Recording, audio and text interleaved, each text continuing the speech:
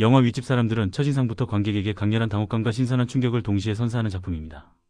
한국 상업 영화 시장에서는 좀처럼 마주하기 힘든 파격적인 소재와 거침없는 대사들이 스크린을 가득 채우기 때문입니다. 흔히 색드립이라고 불리는 수위 높은 농담들이 단순히 웃음을 유발하는 장치를 넘어 영화 전체를 관통하는 핵심적인 대화의 수단으로 활용됩니다. 보수적인 한국 정서상 자칫 불쾌하거나 어색하게 느껴질 수도 있는 지점들을 영화는 뻔뻔할 정도로 솔직하게 드러내며 정면 돌파를 시도합니다. 이러한 과감한 연출은 배우 하정우가 메가폰을 잡았다는 사실과 맞물려 더욱 흥미롭게 다가오는데, 그가 감독으로서 보여주고 싶었던 독특한 색깔과 영화적 야심이 무엇인지를 짐작하게 합니다. 하정우 감독의 필모그래피를 살펴보면 이 작품의 제작 과정 자체가 꽤나 흥미롭습니다. 그는 직전 연출자인 로비가 대중에게 공개되기도 전에 이미 차기작 촬영을 마쳤다는 소식을 전했는데, 그토록 빠른 속도로 완성된 결과물이 바로 이 윗집 사람들이었습니다. 보통의 영화 제작 기간을 고려할 때 물리적으로 불가능해 보였던 속도전이 가능했던 이유는 영화의 독특한 형식 덕분이었습니다. 영화는 시종일관 집이라는 한정된 공간 안에서 벌어지는 사건을 다루며 장소 이동이나 거창한 시각 효과 대신 인물들의 대사와 리액션만으로 러닝타임을 꽉 채웁니다. 이는 마치 소극장 연극을 스크린으로 옮겨놓은 듯한 인상을 주며 효율적인 프로덕션과 집중력 있는 연출이 만난 결과물이라 할 수 있습니다. 한정된 공간, 즉 밀실과도 같은 아파트 거실에서 이야기가 전개되는 체인버 드라마 형식은 양날의 검과 같습니다. 관객의 시선을 분산시킬 볼거리가 없기에 오로지 시나리오의 힘과 배우들의 연기력만으로 승부를 봐야 하기 때문입니다. 굳이 영화라는 매체를 선택했음에도 불구하고 연극적인 구성을 취할 때는 그만큼 대사의 맛, 이른바 말맛이 살아있어야만 지루함을 피할 수 있습니다. 윗집 사람들은 이러한 장르적 특성을 정확히 파악하고 쉴 새 없이 쏟아지는 티키타카티키 -T AKA식 대화로 긴장감을 조성합니다. 하정욱, 김동욱, 공효진, 이한이라는 걸출한 배우들이 좁은 식탁에 둘러앉아 주고받는 호흡은 마치 잘 짜인 현악 사중주를 보는 듯한 리듬감을 만들어내며 공간의 제약을 뛰어넘는 몰입감을 선사합니다. 영화가 다루는 핵심 소재는 한국 사회에서 여전히 터부시되는 개방적인 성담론입니다. 단순히 부부 사이의 은밀한 사생활을 엿보는 수준을 넘어 서핑이나 그룹 섹스 같은 파격적인 단어들이 식탁 위를 오가며 관객의 귀를 의심하게 만듭니다.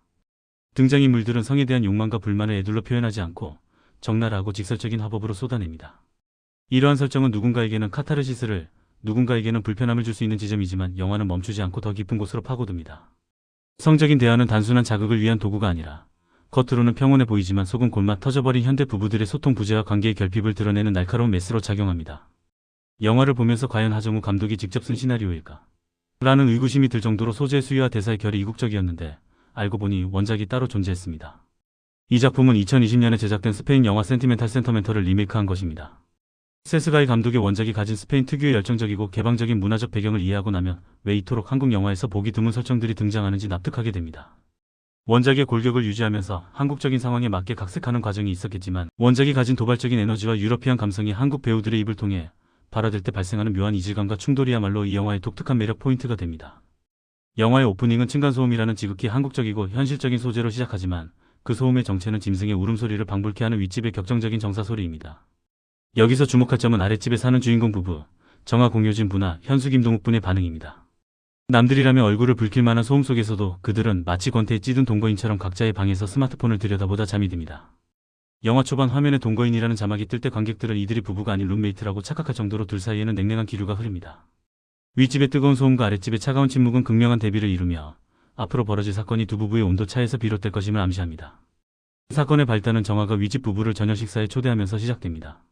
예민하고 까칠한 성격의 영화 감독 현수는 극도로 거부감을 표하며 초대를 반대하지만 정아는 집안을 말끔히 청소하고 음식을 준비하며 윗집 사람들을 맞이할 준비를 마칩니다. 결국 현수는 딱 일시간만 버티겠다는 조건으로 마지못해 타협하고 자리에 앉습니다. 이 장면에서 보여지는 현수의 방어적인 태도와 정아의 적극적인 태도는 두 사람의 관계가 얼마나 어긋나 있는지를 보여주는 단면입니다. 불편한 식사 자리가 될 것이 뻔한 상황에서 과연 이 초대가 어떤 파장을 불러일으킬지 관객들은 조마조마한 마음으로 지켜보게 됩니다. 드디어 윗집 사람들이 등장하며 영화는 본격적인 이막으로 접어듭니다. 하정우가 연기한 김 선생은 고등학교 한문 선생님이고 이한이가 연기한 수경은 정신과 의사입니다.